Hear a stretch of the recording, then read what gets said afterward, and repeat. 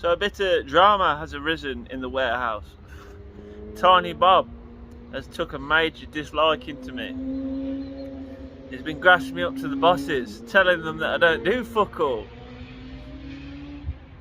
He doesn't like me because I indirectly called him a nonce. I didn't even really technically call him a nonce. There's a new kid started who looked like Sid from Toy Story 2. And he quit after like 2 days. So one of the managers, absolute legend, started a rumour that he quit because Bob touched him inappropriately. So this is circulated for a day or two.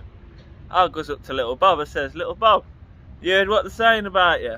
They're saying that that kid quit because you touched him." No, I just wanted to know if it was true or not.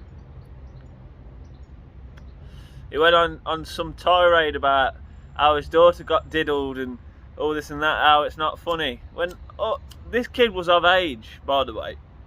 If you're working at Curry's Warehouse, you're over the ripe age of 18. I know the legal age is 16, but in my books, it's 18.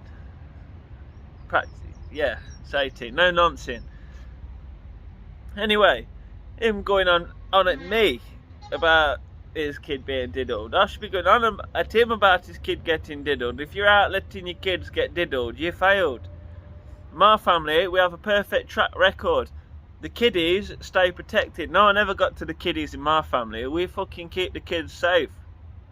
So you failed, fundamentally failed as a protector if you could not protect them. So that, you know, don't swing that back round on me, little Bob. Anyway, I ain't taking it sitting down. No, we're going tit for tat. So little Bob has this little ham radio that's like from the 80s, a battery powered one. And he always blasts out his tunes every day. He's always got the best radio station on. So really, I am cutting off my nose to spite my face here. But fuck it, because I know it's going to piss him off royally. I'm going to do a bit of espionage. I'm going to take my camera in to film this as well. Hopefully I'll catch the aftermath. You know, I ain't taking it personal, but you want to go a little tit for tat with me in the warehouse, then I'll do that. I ain't here for very long, but while I'm here, I'll try and make your day. I'm not even trying to make it miserable, I'm just trying to make myself laugh, because it is fucking hilarious.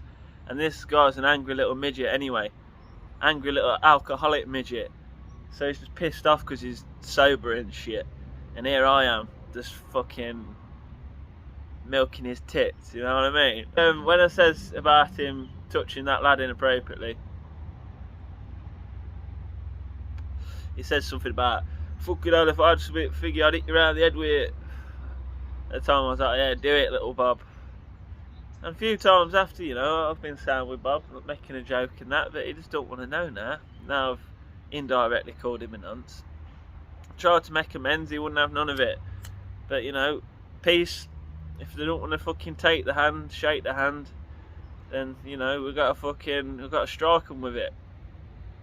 Metaphorically, I'm not going to strike an old little midget. Yeah, and if any kids did get groomed in my family, there'd have been killings. Let me tell you this. I can say this, you know, I'm a man of peace. If anyone does any diddling to my family, that man of peace no longer exists, yeah? So, you know, go and slide for your daughter that got diddled, bro. Don't sit and cry about it to me. Go slide for that little girl, you sick fuck. You get people like this in jobs, just miserable because they've been there fucking 10 years and they don't want to be there no more. But, you know, don't take it too personally or nothing. Obviously, I'm infallible, so you can't sweat me. But I will still react, you know, I'll still get back. There's got to be get back and comeuppance. You can't go around grassing on people for being lazy when you're not an orange vest. You're just like me, we're all in this together. You're as bad as the Jews that fucking sided with the Nazis, if not worse. In my book, anyway. To me, you're worse, because I never met those people, but I met you. But yeah, this is what you get. Fucking chat shit, get radio smashed.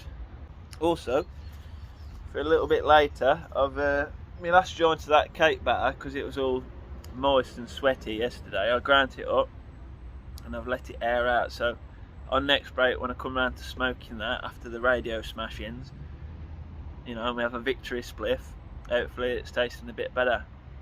But yeah, I've got about 4 minutes on the clock, so I'll jump back in a little bit. Take it easy. Oh yes. So my target is just over there beyond Brad. That's where I've got to get the radio from. I'm going to extract it from there, sneak it past the manager's booth right there, take it up this aisle and smash fucking shit out of it. Bit of a development, the manager caught me getting the radio, so he knows what I'm gonna, so I just brought it over to where I'm working and plugged it in. But if this is how I have to lose my job, fuck it, this is how I have to lose my job. That radio is getting trashed, I don't give a fuck.